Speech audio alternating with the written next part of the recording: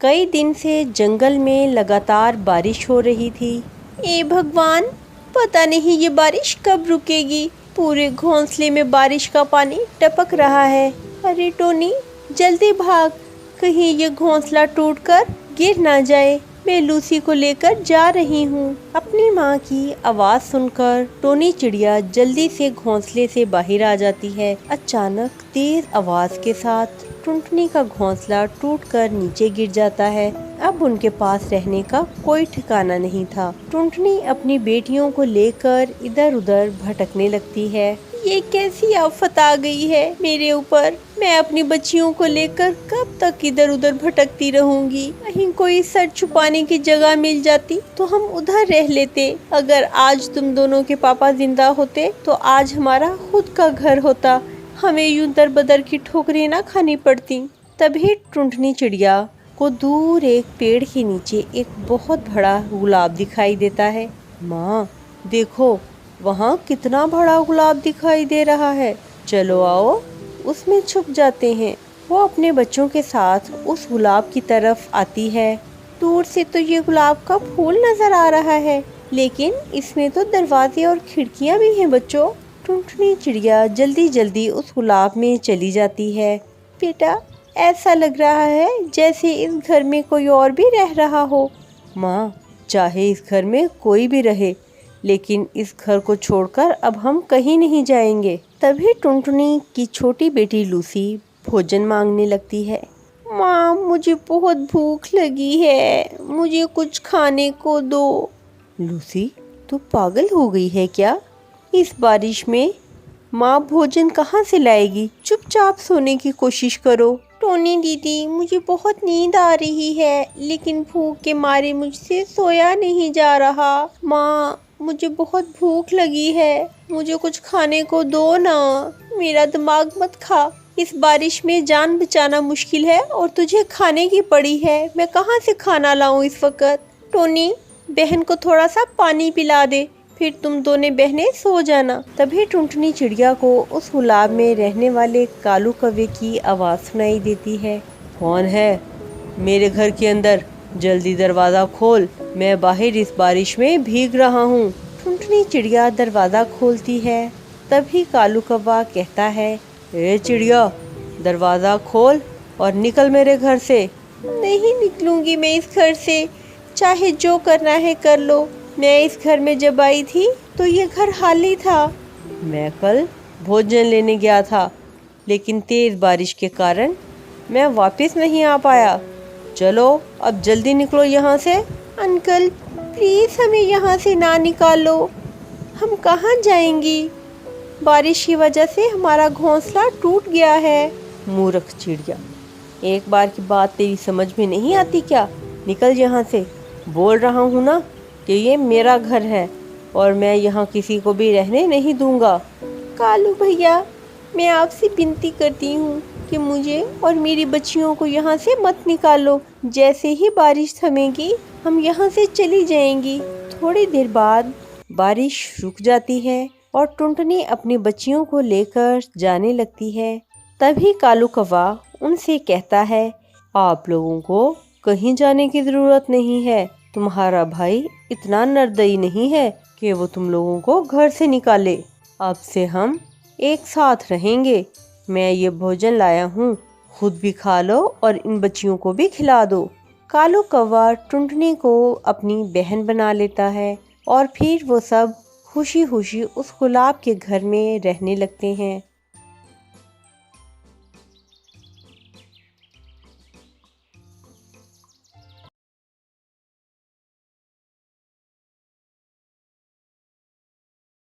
हिंदुस्तान में एक छोटा सा जंगल था, जहाँ पर टुनटुनी चिड़िया अपनी माँ टोनी चिड़िया और बंटी कबूतर के साथ रहा करती थी। टोनी चिड़िया चूड़ी बेचा करती थी और उसका पिता बंटी कबूतर मजदूरी किया करता था।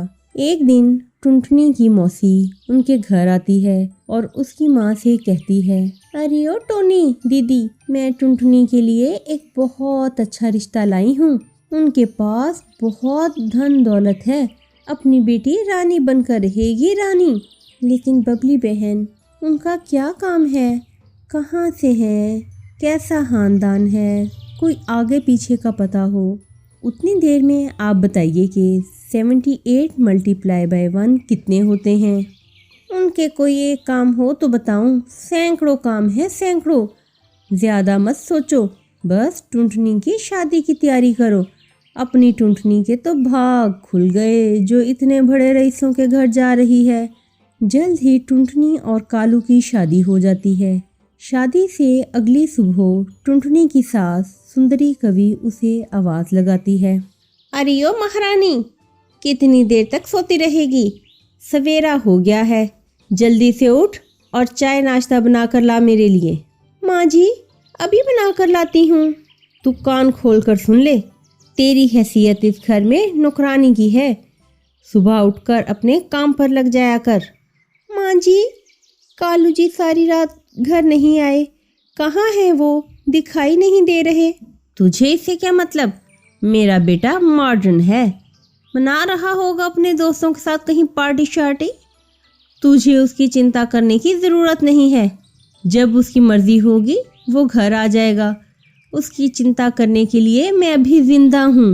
माँ जी, मैं उनकी पत्नी हूँ, उनकी चिंता मुझे भी होगी ना। मैंने तुझे चाय नाश्ता बनाने को कहा था और तू यहाँ पर बातें बना रही है।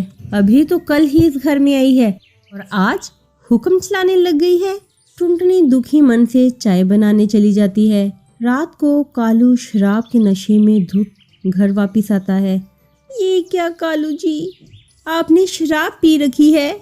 आपके मुंह से कितनी गंदी बू आ रही है। माँ, किस गवार से आपने मेरी शादी करवा दी है? क्यों रे करमजली, तू मेरे बेटे से इस तरह से बात करेगी? तुझे कितनी बार बताना पड़ेगा, तू इस घर में एक नौकरानी से ज्यादा नहीं है। चल हट, मैं अपने बेटे को इसके कमरे में ले जाती हूँ। हे भगवान, ये मैं क्या देख रही हूँ? मेरी इतने बड़े रईस खानदान में शादी हुई है, ये देखकर मैं हंसूं या अपने शराबी पति को देखकर रोऊं? ऐसे घर में मैं एक पल भी नहीं रहूंगी। कल ही मैं अपने माँ पिताजी के घर चली जाऊंगी।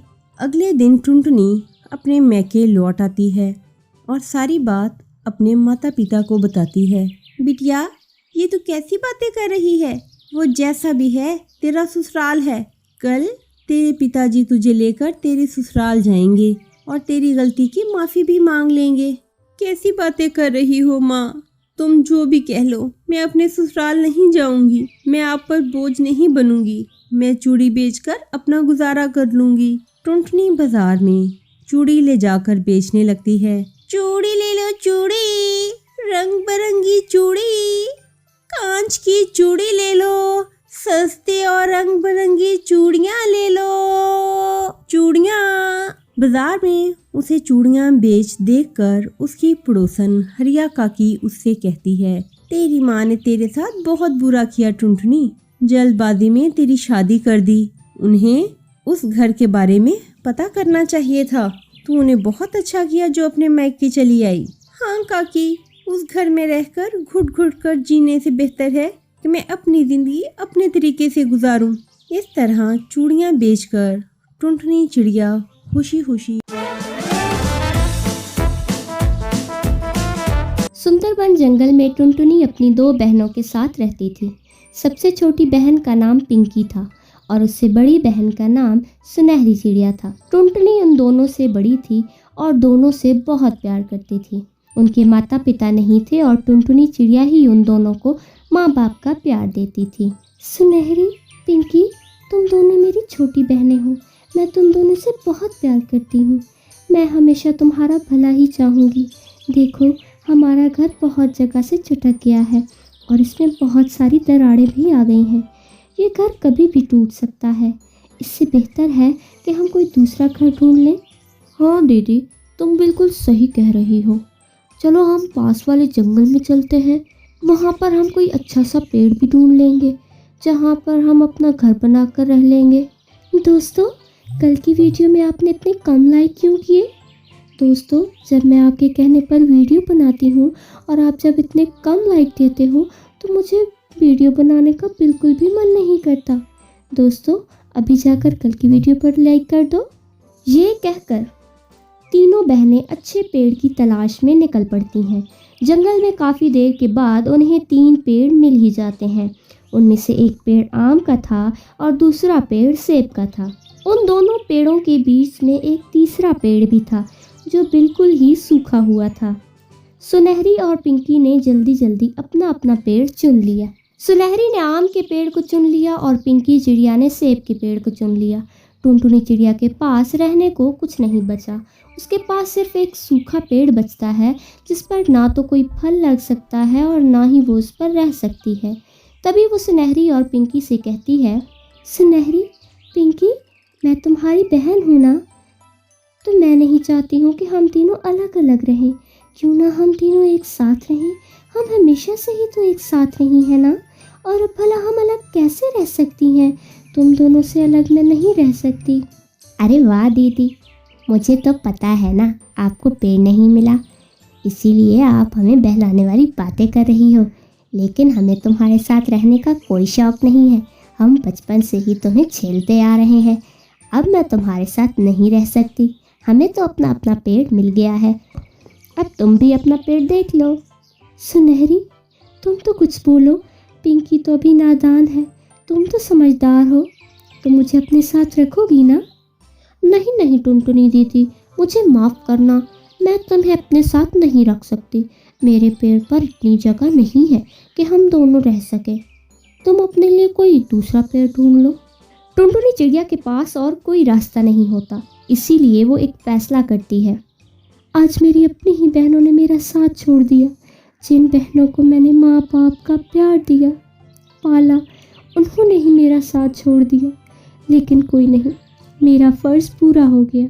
मैं इस सूखे पेड़ पर ही रहूँगी, इसमें पानी डालूँगी। क्या पता इस सूखे पेड़ में जान आ जाए, इसमें पत्ते आने लगे। भला मैं अपनी बहन को छोड़कर तो नहीं जा सकती ना। मैं यहीं रहूँगी इनके पास, भले ही मुझे सूखे पेड़ पर ही क्यों ना रहना पड़े। ये सोचकर ही टुनटुनी चिड़िया रोज़ाना सूखे पेड़ में पानी डालना शुरू कर देती है। एक दिन टुनटुनी चिड़िया पानी डालकर पेड़ के पास बैठी थी कि पिंकी चिड़िया उसका मजाक उड़ाने लगती है। अरे टुनटुनी दीदी, तुम्हें कोई और पेड़ ढूंढ लेना चाहिए। ये तो मरे हुए पेड़ की सेवा क्यों कर रही हो? तुम पागल तो नहीं हो गई हो? तुम्हें चाहे इसकी कितनी भी सेवा कर लो, लेकिन ये मरा हुआ है और ना ही तुम्हें ये कोई खाने के लिए फल दे सकता है और ना ही रहने के लिए जगह दे सकता है। मेरी बात मानो तो और जाकर कोई दूसरा पेड़ ढूंढ लो। हाँ दीदी, पिंकी सही कह रही है, तुम्हें कहीं और जाकर कोई दूसरा पेड़ ढूंढ लेना चाहिए। तुम दोनों को मेरी चिंता करने की बिल्कुल भी ज़रूरत नहीं है। मैं जानती हूँ तुम दोनों मेरी चिंता नहीं कर रही हो, बल्कि मेरा मजाक उड़ा रही हो।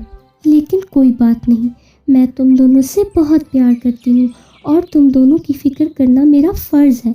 माँ और पिता के मरते वक्त मैंने ये वचन लिया था कि मैं तुम दोनों की हमेशा सुरक्षा करूँगी और माँ बाप की तरह हमेशा तुम्हारा ख्याल रखूँगी।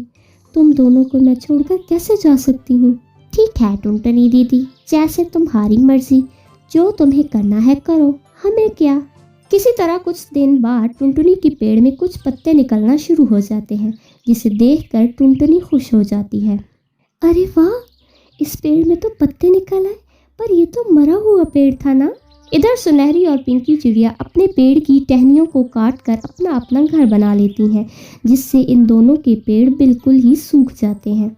एक दिन टुनटुनी चिड़िया अपने पेड़ में पानी डाल रही थी, तभी वो देखती है कि उसके पेड़ में बहुत सारे हीरे लगे हुए हैं, जिसे देखकर वो बहुत खुश हो जाती है।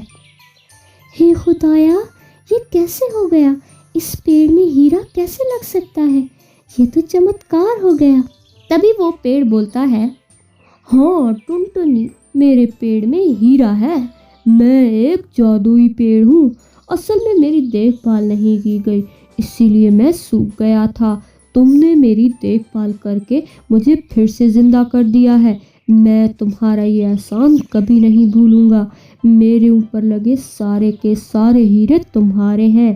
टुनटुनी, अब तुम इन्हें बेचकर एक अच्छी ज़िंदगी गुजार सकोगी। टुनटुनी चिड़िया बहुत अच्छी सी ज़िंदगी जीने लगी। उसके पास अब सब कुछ था। उधर सुनहरी और पिंकी का घोंसला आंधी में टूट गया था। जिससे वो दोनों बेघर हो गई थी। उनके पास खाने को भी कुछ नहीं बचा। तभी वो दोनों टुनटुनी चिड़िया के पास जाती हैं और सुनहरी चिड़िया कहती है, टुनटुनी दीदी, हमें माफ़ कर दो, हमारी आंखें खुल गई हैं, हम तुमसे माफ़ी मांगने आए हैं। हम दोनों को माफ़ी के बिल्कुल भी लायक नहीं, पर फिर भी हमें माफ़ कर दो दीदी। तुम्हें अपनी गलती का एहसास हो गया, वही बहुत है। और तुम दोनों तो मेरी बच्चियों की तरह हो। मैंने तुम्हें हमेशा अपनी बच्चियों की तरह पाला है। तुम दोनों रास्ते से भटक गई थी, लेकिन अब तुम दोनों सही रास्ते पर आ गई हो। अब हम तीनों मिलकर रहेंगी। इस तरह फिर तीनों बहनें खुशी खुशी एक साथ रहने लगती हैं।